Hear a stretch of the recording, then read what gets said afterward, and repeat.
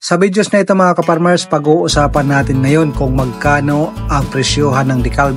Simula day old, week old, isang buwan at hanggang maging RTL ang ating mga decalb brown. Ngayon ay isa-isahin natin ang presyohan kung saan ang komportable depende sa inyong budget sa pagsisimula.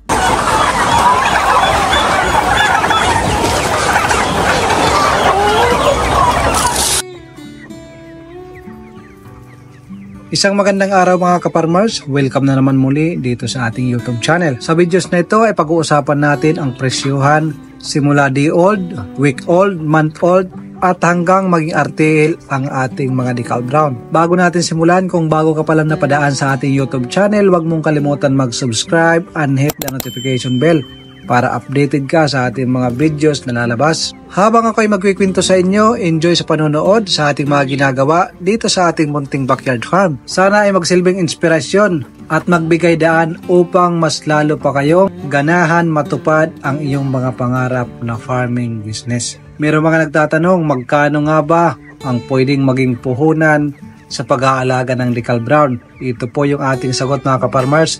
Depende sa dami at depende sa edad na iyong papasukin or sisimulan. Kapit sa inyong mga inuupuan mga kaparmers, huwag kayong mabibigla sa presyohan ng decalb brown ngayon. Simulan po natin sa day old mga kaparmers. Ang bawat isa sa day old ay nagkakahalaga po yan ng 120 pesos. Kaya kung plano mo magsimula sa day old, example na lang kung 100 piraso, ay kailangan mo maghanda ng 12,000. At pagdating naman sa week old, ito po ay nagkakahalaga ng 150 pesos. Kung bibili ka ng 100, ito lang naman ay nasa 15,000. Pagdating naman sa 3 weeks, ito ay nagkakahalaga ng 200 pesos at ang kanyang halaga kung ikaw ay magsisimula sa 100 ay nasa 20,000. At pag ito ay naging 4 weeks, nagkakahalaga na ito ng 250 at ang kanyang 100 piraso ay 25,000 mga kaparmers. At pagdating ng 1 month, ito ay nagkakahalaga na ng 300 bawat isa. Pagdating naman sa 2 months, ito ay 450. 3 months is 550. Pagdating sa 4 months, nagkakahalaga na ito ng 750 ang bawat isa. At ito na ang inyong pinakahihintay mga kaparmers. Kapit sa tinga, huwag po kayo mabibigla dahil ang presyohan medyo mataas po mga kaparmers pagdating sa decalb brown. Dahil ang 5 months o RTL mga kaparmers, ito ay nagkakahalaga na ng 1,200. Yan po ang presyohan pagdating sa RTL. Siyempre marami ang magtatanong mga kaparmers at magko-comment dito. Bakit ganyan kamahal ang decalb brown sa ngayon? Kaya naging ganito ang presyohan ng decalb brown mga kaparmers dahil bibihira na lang ang magbibinta sa ngayon. Mahirap nang hanapin. Meron pa naman nagbibinta mga kaparmers pero madalang na lang. Kung gusto niyong makahanap, punta kayo sa Facebook. Mayroong mga grupo dyan sa mga poultry, heritage chicken, pag-aalaga ng manok, pwede kayong makahanap. Dahil kung o-order kayo ng malayo, medyo may kamahalan pagdating sa delivery charge. Mas mainam kung malapit sa inyo ang inyong bibilhan.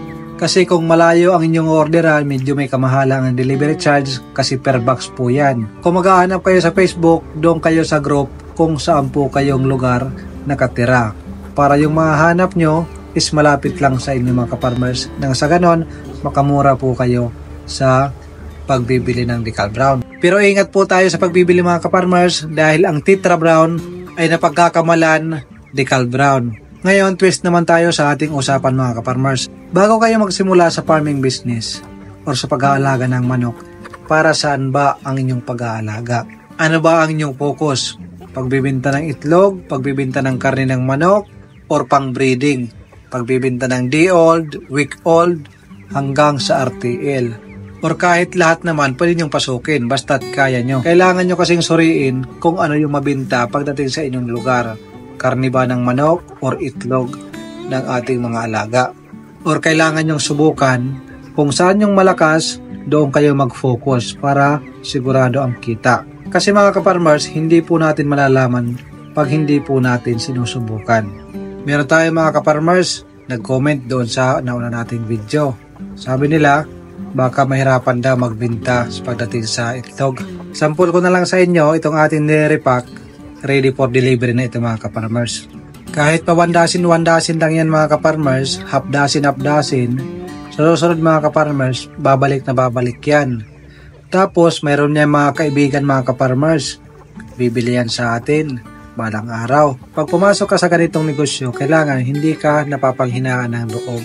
Kahit na anong negosyo ka farmers, medyo mahirap talaga pagdating sa una sa pagbibinta.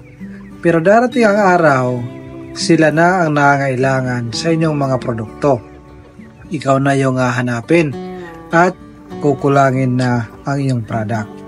At dyan na yung panahon na mag-upgrade ka na naman. Huwag po tayong matatakot na walang bibili sa ating produkto.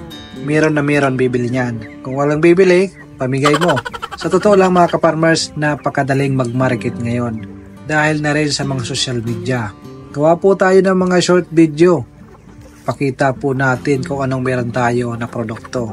At i-post mo. Sigurado makakita niyan mga kapitbahay, kamag-anak na posibleng bumili o yung kanilang mga kaibigan na mai-recommend ang inyong produkto. Ganun lang kasimple mga ka-farmers. Sa negosyong ito mga ka-farmers, siguradong hindi ka masisiro basta't madiskarte ka lang. Una dito, pagbibinta ng itlog. Pwede ka rin mag-incubate. Magbinta ka ng mga day-old na manok, week-old, month-old, or RTL mga ka-farmers. At pagdating naman sa roaster mga ka-farmers, ang ginagawa natin, binibinta natin sa karne. Maraming bumibili niyan dahil ang lasa nito katulad din sa native na manok. Kaya nadepende po sa ating diskarte kung saan po tayo magiging komportable sa pagbibinta. Kailangan lang talaga marunong tayo mag-market. Ang marketing strategy ang pinaka-importante sa lahat. Kasi napakarami ng ka-farmers natin magaling magparami ng manok, magaling magpaitlog, pero ang problema pagdating sa market, hindi nila kayang gawing pera. Kung kaya po nating gawing pera ang ating mga produkto, yan po ay magaling. Siguradong mapapaikot natin ang ating pera. Kung kayo ay papasok sa ganitong negosyo, kailangan hindi po tayo na pre-pressure. Kasi dapat nare-relax po tayo at nag-i-enjoy tayo. Kasi once na nag-i-enjoy tayo sa ating mga ginagawa, nakakapag-isip po tayo ng maayos. Para sa ating mga ka-farmers, sinasabi ko sa inyo, kung hindi nyo hilig ang pag-aalaga ng manok, huwag nyo nang pasukin. Kasi baka yung habol mo lang talaga ay kita. Hindi mo ini-enjoy ang yung mga ginagawa. Pag ganyan mga ka-farmers, medyo mapipressure ka nyan dahil puro kita lang ang inyong tinitingnan. Andyan na tayo mga ka-farmers, kaya talaga pumasok tayo dito dahil gusto nating kumita. Pero ang aking point dito, kung papasokin po natin na puro lang kita yung ating titingnan, medyo hindi po maganda. Kailangan sa kaloob-looban mo, masaya ka sa inyong ginagawa at ini-enjoy mo sa pagfa-farming. Kasi hindi mo mamalayan mga ka-farmers, tulad ng ating mga ginawa sa una. Hindi ko alam na magiging ganito. Hindi ko napansin na ganito pala karami ang ating mga alaga. Ang pinaka-importante sa lahat mga ka-farmers, nag-i-enjoy po tayo sa ating pinasok na negosyo. At sa mga nagtatanong naman kung nagbibinta tayo ng decal brown, tayo po ay nagbibinta.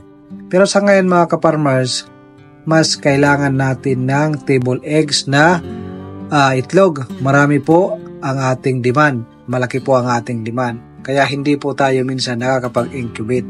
Hindi pa kinakaya ng powers. Baka sa 2026 mga ka-farmers, mag-expand tayo, makapagbenta po tayo para sa ating mga ka-farmers. So pag makapag-expand po tayo, mag-focus po tayo sa pagbibenta ng mga CCO, RTL, makapag-expand po tayo, medyo matrabaho po kasi yun mga ka-farmers. Sana 2026, makaya po natin ang tabayanan niyo mga ka-farmers. Huwag kayong mag-alala. Lahat po ay pwede makabili basta't kaya ng ating powers.